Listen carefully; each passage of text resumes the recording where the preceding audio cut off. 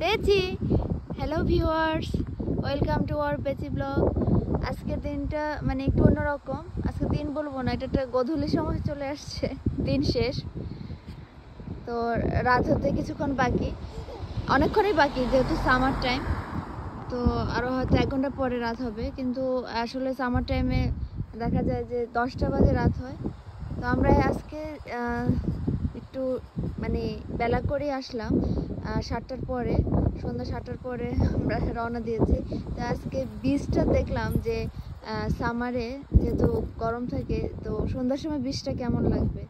আসলে এখানে তো ঠান্ডার দেশ, গরম থাকলেও সেই রাতে ঠান্ডাই পড়ে, কিন্তু দেখলাম যে থাকা যায় কি না, সি বিচে আসা যায় কি না।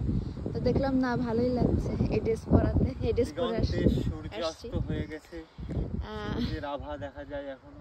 সাধারণত আসা হয় না আর কি, ঠান্ডার মধ্যে তো কখনোই সম্ভব না সি বিচে আসা। এই টাইমে, সামারে এই টাইমে আসা যায় কিনা একটু দেখলাম। এটা কিন্তু পাহাড়টা ঢেকে গেছে।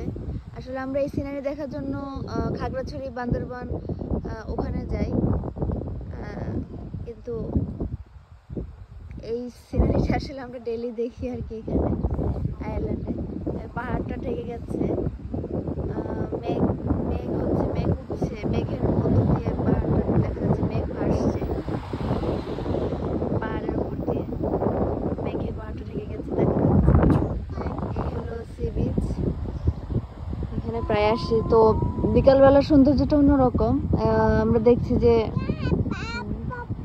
পালতোলা নৌকা, যেটা বাংলায় বলে, এখানে হচ্ছে সেলিং করছে।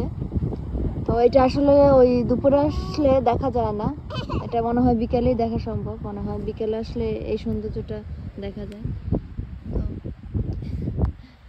আমরা আজকে মানে এখানে প্রত্যেকটা ওয়েদারের জন্য, প্রত্যেকটা আলাদা মুহূর্তের জন্য প্রত্যেকটা ড্রেস আলাদা। এটা এমন একটা কান্ট্রি। তো আমি যে ড্রেস পরে আসছি মনে হচ্ছে যে এটা কমফোর্টেবল ফিল করছে, যে ঠিক আছে মনে হয় এই মুহূর্তটার জন্য।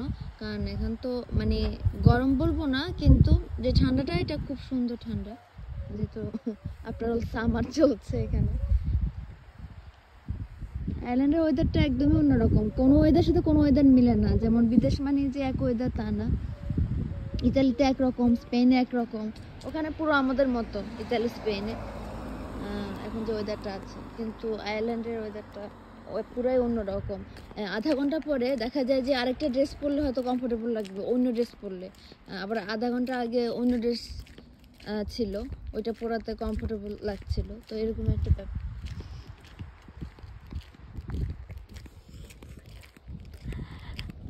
তো আপনাদের সাথে, সবার সাথে শেয়ার করলাম আজকে মানে সামারের বিকাল মুহূর্তের যে বিচে কেমন লাগে ওই জিনিসটা।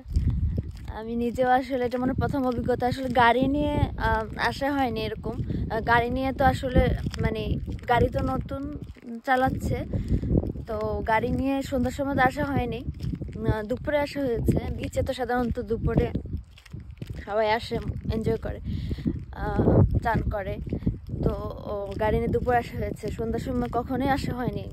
মানে এটা মনে হয় ফার্স্ট অভিজ্ঞতা আমার, যতটুকু মনে পড়ে।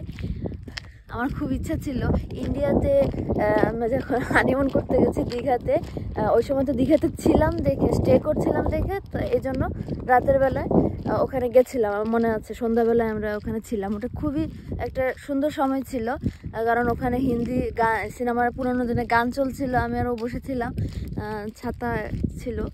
তো ওখানে রাতেও মজা লাগে, কারণ আমাদের দেশে গরম কান্ট্রি, রাতেও মজা লাগে।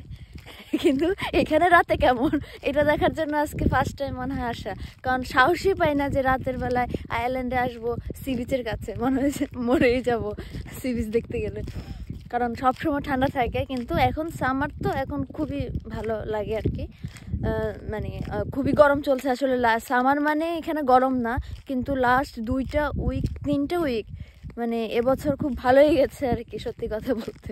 এরকম হয় না, গত বছরও টানা 3 উইক ছিল মনে হয় না, আমি এখানে ছিলাম না এক্স্যাক্টলি এখানে, কিন্তু টানা 3-4 উইক আমি দেখিনি। তো এই জন্য সাহস করে আসা আর কি। যদি এটাও না হতো, এই সামারও সন্ধ্যাবেলায় সি বিচে আসতাম না। তো এই আর কি সাহস হয়েছে যে না মনে হয় সি বিচে যাওয়া যাবে সন্ধ্যাবেলা, এরকম একটা ব্যাপার। তো খুব খুব ভালো লাগছে, মানে এটা আসলে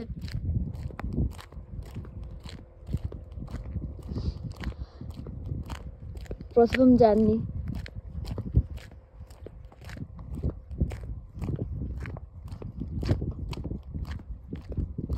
সবাইকে অনেক অনেক ধন্যবাদ আমাদের সাথে সি বিচটা ঘোরার জন্য। আমি আবার দেখা করবো আপনার সাথে পরের ব্লগে, পেচির সাথে। টাটা।